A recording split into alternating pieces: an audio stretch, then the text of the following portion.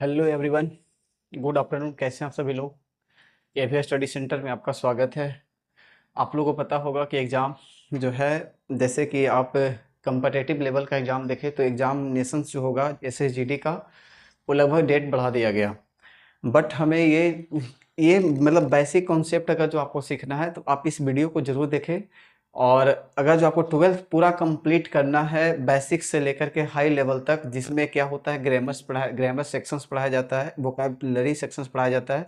Vocab में क्या होता है ना कि इसमें आपको पढ़ाया जाएगा कि जैसे सिनोनिम्स हुआ, एंटोनिम्स हुआ, ओडब्ल्यूएस हुआ, और इडियम एंड फ्रेजेस हुआ, स्पेलिंग एरर हुआ, ठीक है, और मिस स्पेल्ट वर्ड हुआ, और बहुत सारा ऐसा मतलब कि फीचर है इसमें जिसमें आपको बताया जाता है। बट हम लोग ग्रामर पढ़ रहे थे। ग्रामर में हम लोग ये पढ़े थे ग्रामर होता क्या है, लैंग्वेज क्या होता है, लैंग्वेज के आधार पे वर्ड को हम पढ़े थे।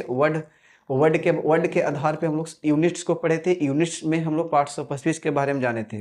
पार्ट्स ऑफ स्पीच में हम लोग ये जाने थे कि पार्ट्स ऑफ स्पीच अपने आप में कितने होते हैं। तो आंसर था कितना, 8 था, जो कि एक हम जोड़े थे, एक ये जोड़े थे कि जिसमें एक जोड़ा हुआ था, एक आर्टिकल को जोड़ा गया था। आर्टिकल कोई चैप्टर नहीं है, आर्टिकल जो सिर्फ है एडजेक्टिव का एक पार्ट है, एडजेक्टिव से निकल करके आर्टिकल का निर्माण हुआ है। बट हम लोग आज पढ़ने वाले हैं कि हम लोग ये पढ़ेंगे कि एड पढ़ेंगे ना कि जैसे कि इडियम के हम लोग पढ़ चुके थे कहाँ तक, अब पार्ट्स ऑफ स्पीच तक पूरी तरीके से हम लोग जान चुके थे। सवाल कैसे आता है, नहीं आता है, वो हम बता चुके हैं। आज हम लोग पढ़ेंगे कि फ्रेज क्या होता है, ठीक है। आखिर फ्रेज के बारे में हम लोग जानकारी हासिल करे थे। फ्रेज होता क्या है, देखिए, फ्रेज जो होता है ना कि फ्रेज का सबसे पहली बात, फ्रेज का एक मीनिंग बता सकते हैं। फ्रेज का मतलब कि इसका हिंदी क्या होगा, तो इसका हिंदी होता है भाई पद होता है। क्या होता है, पद होता है, ठीक है। अब फ्रेज का मतलब हुआ कि इसका डिफिनेशन बोलिएगा तो अ ग्रुप ऑफ वर्ड, क्या बोलिएगा, a group of word word without complete meaning. क्या बोलेंगे, विदाउट कंप्लीट मीनिंग। जिसका मीनिंग क्या हो कि कंप्लीट ना हो, इनकम्प्लीट हो। इसका मीनिंग क्या हो, इनकम्प्लीट हो। यानी विदाउट का मतलब क्या होता है, इनकम्प्लीट बोल सकते हैं। क्या बोल सकते हैं, इनकम्प्लीट बोलेंगे। क्या बोलेंगे, इनकम्प्लीट बोलेंगे। तो आप ये देखिए कि जैसे फ्रेज का मतलब हुआ अ ग्रुप ऑफ वर्ड, यानी कि एक समूह, एक शब्दों का क्या है, समूह है, जो क्या है जिसके बिना एक कंप्लीट मीनिंग, मतलब कि जिसका पूरी तरीके से अर्थ ना निकलता हो, वो क्या कहलाता है, फ्रेज कहलाता है। दैट मीन्स पद कहलाता है। अब हम बोलेंगे इसका अर्थ जो होता है अधूरा, यानी कि फ्रेज का जो अर्थ होगा भाई क्या होगा, अधूरा। क्या होगा, अधूरा अर्थ देगा। कैसा अर्थ देगा, अधूरा अर्थ देगा, ठीक है। अधूरा अर्थ देने के साथ में ये क्या होता है कि सिंपल सी बात है कि इसका मीनिंग जब भी हम लिखेंगे तो अधूरा लिखेंगे। क्या, जैसे कि हम बोल दें कि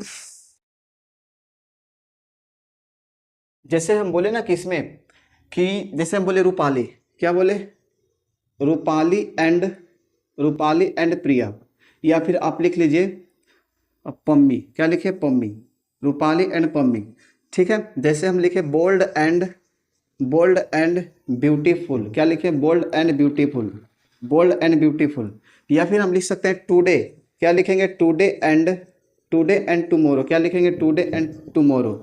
अब ये 3 सेंटेंस लिखे हैं, तीनों सेंटेंस में देखिए तीनों का अर्थ जो है, यानी कि ये देखिए, मेरा कहने का मतलब है इसका अर्थ क्या है, अर्थ जो है अधूरा है। क्या है, अधूरा है, अर्थ अधूरा है। बट लेकिन ये क्या है, शब्दों का समूह है। क्या है, शब्दों का समूह है। क्या है, शब्दों का समूह है। जब ये शब्दों का समूह है भाई, देखिए रूपाली एंड प्रिया, रूपाली भी नाउन है, प्रिया भी नाउन है, ठीक है। बोल्ड एंड ब्यूटीफुल, बोल्ड का मतलब होता है साहस, अच्छा दिखना, ठीक है। अब ब्यूटीफुल का मतलब होता है सुंदर। टुडे का मतलब आज, और टुमारो का मतलब क्या होता है, मतलब कल। टुमारो का मतलब क्या हुआ, कल। अब इस आधार पे आप बता सकते हैं कि फ्रेज का कितने पार्ट हुआ। फ्रेज का 3 पार्ट में तोड़ा जाता है। आपसे सवाल पूछेगा, बताइए टाइप्स ऑफ फ्रेज। क्या होता है, टाइप्स ऑफ फ्रेज, यानी कि फ्रेज को कितने भागों में बांटा गया है। फ्रेज को कितने भागों में बांट करके पढ़ेंगे तो आंसर क्या होगा भाई, आंसर होगा 3 पार्ट। पहला पार्ट का नाम है हमारे पास नाउन फ्रेज। क्या है, नाउन फ्रेज। क्या पढ़ेंगे, नाउन फ्रेज के बारे में। दूसरा हमारे पास आया है एडजेक्टिव। क्या है, एडजेक्टिव फ्रेज। क्या है, एडजेक्टिव फ्रेज। तीसरा नंबर पे हम जानेंगे, तो तीसरा नंबर पे आता है एडवर्ब फ्रेज। क्या होता है, एडवर्ब फ्रेज, एडवर्ब फ्रेज। अब देखिए, आप इसी में आप ये जानकारी हासिल कर सकते हैं कि जैसे कि हम रूपाली एंड प्रिया, रूप एंड से जुड़ा है, कंजक्शन एंड है। जब भी कोई संख्या एंड से जुड़ा है, देखिए रूपाली एंड प्रिया के बाद कोई वर्ड ही नहीं है, यानी अ ग्रुप ऑफ वर्ड, यानी एक ग्रुप शब्द का क्या है, एक शब्द का एक समूह लिखा गया। यहाँ पे क्या लिखा गया, एक शब्दों का, देखिए यहाँ पे हम यही यही बात बता रहे हैं कि यहाँ पे जो लिखा गया, जैसे हम बोले रूपाली, क्या बोले, रूपाली एंड प्रिया, यही ना बोले हैं, प्रिया, या फिर आप लिखिए पम्मी, क्या लिखिए, पम्मी लिखिए, कुछ भी लिखिए, प्रिया लिखिए, ठीक है, ये लिखे, ठीक है।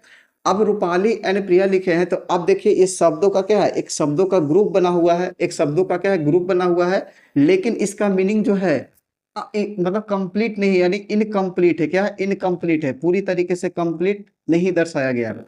तो इस प्रकार देखिए, बोल्ड एंड ब्यूटीफुल, इसके आगे भी मीनिंग नहीं, इनकम्प्लीट है। टुडे एंड टुमारो, इसका भी मीनिंग क्या, इनकम्प्लीट है। तो इस प्रकार से रूपाली था, रूपाली जो थी क्या थी, एक नाउन का काम कर रही थी, बोल्ड क्या एक एडजेक्टिव का काम कर रहा था, और टुडे जो था एक एडवर्ब का काम कर रहा था, ठीक है। इसलिए हम फ्रेज को कितने पार्ट में तोड़ करके पढ़े हैं, 3 पार्ट में, कितने पार्ट में, 3 पार्ट में। एक नाउन फ्रेज हुआ, एक एडजेक्टिव फ्रेज हुआ, एक एडवर्ब फ्रेज का एक रूप धारण किया गया है। अब हम लोग जानेंगे, इसी के आधार पे हम लोग को बताया जाता है सेंटेंस के बारे में। किसके बारे में भाई, सेंटेंस के बारे में। अब सेंटेंस का हिंदी होता है वाक्य, क्या होता है, वाक्य। अब सेंटेंस के बारे में जब आप जानिएगा तो सेंटेंस होता क्या है, दैट मीन्स आप एक बार इस चीज को देखें, फ्रेज के बारे में आप एक बार देख लीजिए, उसके बाद हम सेंटेंस के बारे में बताते हैं।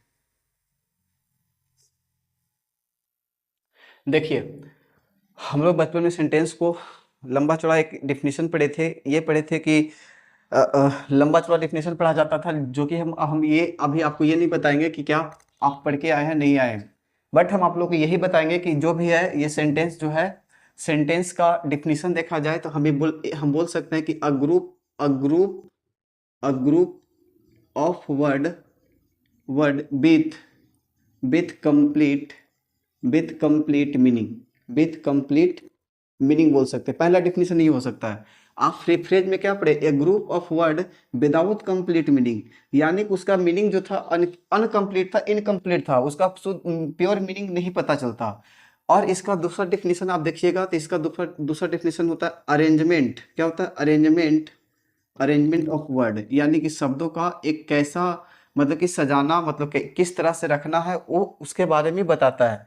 अब देखिए कि अगर जो हम इस चीज को बोले तो इस चीज को हम टोटल को हम बोल सकते हैं स्ट्रक्चर। क्या बोलेंगे, स्ट्रक्चर। स्ट्रक्चर का मतलब होता है संरचना। क्या होता है, संरचना, ठीक है। अब स्ट्रक्चर को हम बांटेंगे 3 पार्ट में। कितने पार्ट में बांटेंगे, 3 पार्ट में। एक हमारे पास होता है सब्जेक्ट, एक हमारे पास होता है सब्जेक्ट, एक हमारे पास होता है ऑब्जेक्ट, एक हमारे पास ऑब्जेक्ट, एक हमारे पास होता है वर्ब। क्या होता है, वर्ब। एक हमारे पास होता है वर्ब। अब सब्जेक्ट होता है, सब्जेक्ट को हम लोग बोलते हैं डूअर। क्या बोलते हैं, डूअर, जो आप पहले से ऑलरेडी जानते भी हैं, डूअर। और इस डूअर को हम लोग शायद बोलते हैं कर्ता। क्या बोलते हैं, हिंदी में कर्ता बोलते हैं। क्या बोलते हैं भाई, कर्ता। और इसको तो आप, इससे तो आप जान ही रहे, इसको क्या बोलते हैं, इसको हिंदी में हम लोग बोलते हैं क्रिया। और ये बच गया ऑब्जेक्ट। ऑब्जेक्ट को हम लोग बोलते हैं कर्म। क्या बोलते हैं, कर्म, हिंदी में बोलते हैं कर्म। क्या बोलते हैं, कर्म बोलते हैं। अब बात रहा कि सब्जेक्ट हुआ, वर्ब हुआ, ऑब्जेक्ट हुआ, सब्जेक्ट हुआ, वर्ब हुआ, ऑब्जेक्ट हुआ। अब आप ही बताइएगा कि जैसे कि हम बोले राम, राम सा अ लेडी, ठीक है। ये राम क्या हुआ, राम एक सब्जेक्ट के रूप में काम कर रहा है। सा एक वर्ब हुआ, क्या हुआ, वर्ब हुआ। अब कैसा वर्ब है वो छोड़ दीजिए, उसके बाद ये जितना ही बच चुका है वो क्या हुआ, ऑब्जेक्ट हुआ। ऑब्जेक्ट हुआ है ना। तो आप बताइए कि जैसे कि अब subject verb object, subject verb object, ये तो हमें पता है कि सब्जेक्ट वर्ब ऑब्जेक्ट के बारे में हम लोग को पता चल गया। अब इसके जस्ट बात जानेंगे कि सब्जेक्ट वर्ब ऑब्जेक्ट, इस चीज को हम लोग वर्ब को 2 भाग में तोड़ करके जानते हैं। एक हम बोलते हैं इसी चीज को क्या, हेल्पिंग वर्ब। क्या बोलते हैं भाई, हेल्पिंग वर्ब। इसी को हेल्पिंग वर्ब बोलते हैं। और एक को बोलते हैं मेन वर्ब। क्या बोलते हैं, मेन वर्ब। अब हेल्पिंग वर्ब को हम लोग बोलते हैं सहायक क्रिया। क्या बोलते हैं, सहायक क्रिया। हेल्पिंग वर्ब को सहायक क्रिया। और मेन वर्ब को बोलते हैं मुख्य क्रिया। मेन वर्ब को क्या बोलते हैं, मुख्य क्रिया। तो आपको पता है कि हेल्पिंग वर्ब और मेन वर्ब, हेल्पिंग वर्ब और मेन वर्ब दोनों को तोड़ चुके हैं। अब हेल्पिंग वर्ब होता कौन कौन है से जान लीजिए। हेल्पिंग वर्ब के बारे में जाने तो इज होगा, एम होगा, आर होगा, वाज होगा, या फिर वर, ठीक है, वर होगा। या फिर आप बोल सकते हैं हैज बोलिएगा, हैव बोलिएगा, या फिर हैड बोलिएगा, या फिर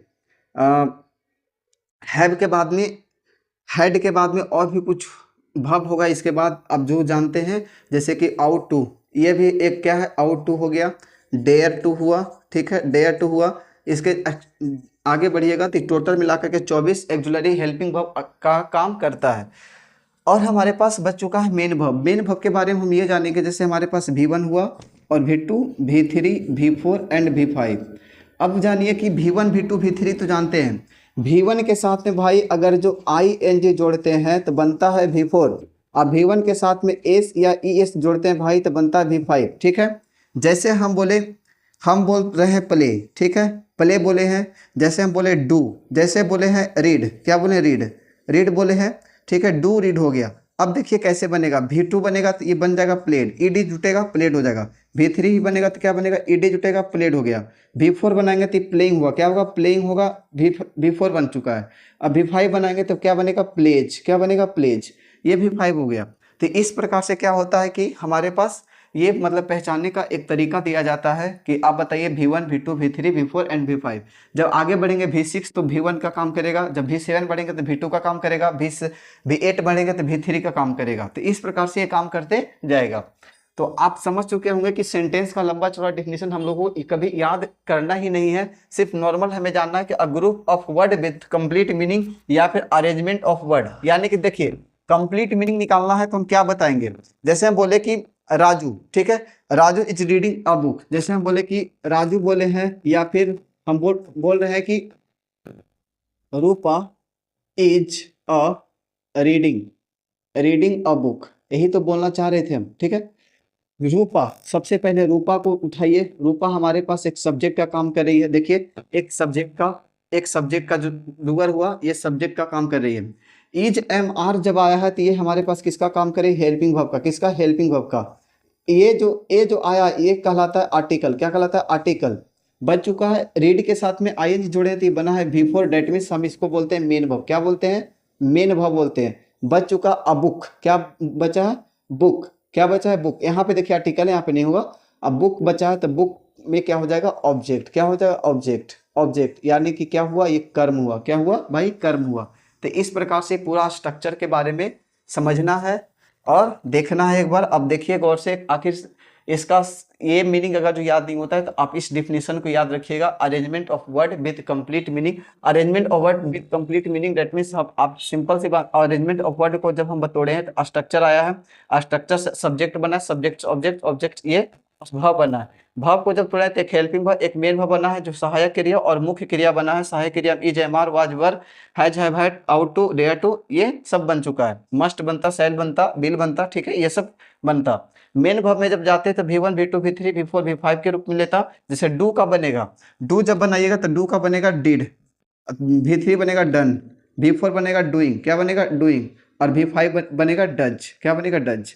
अब रीड का आप जान ही रहे हैं, आप जब रीड का बनाइएगा तो उस तरह से आप बना सकते हैं।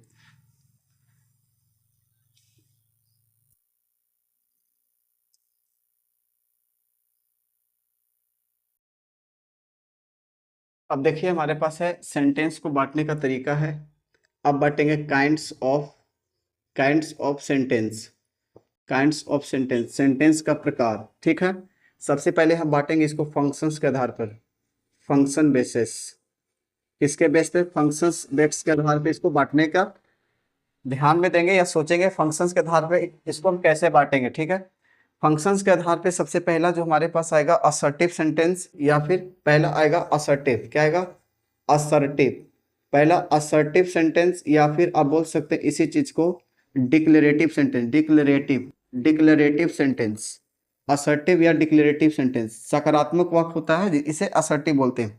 इसी का पहला पार्ट होता है अफर्मेटिव, क्या होता है, अफर्मेटिव या फिर बोल सकते हैं पॉजिटिव, क्या बोलिएगा, पॉजिटिव सेंटेंस, अफर्मेटिव या फिर पॉजिटिव सेंटेंस।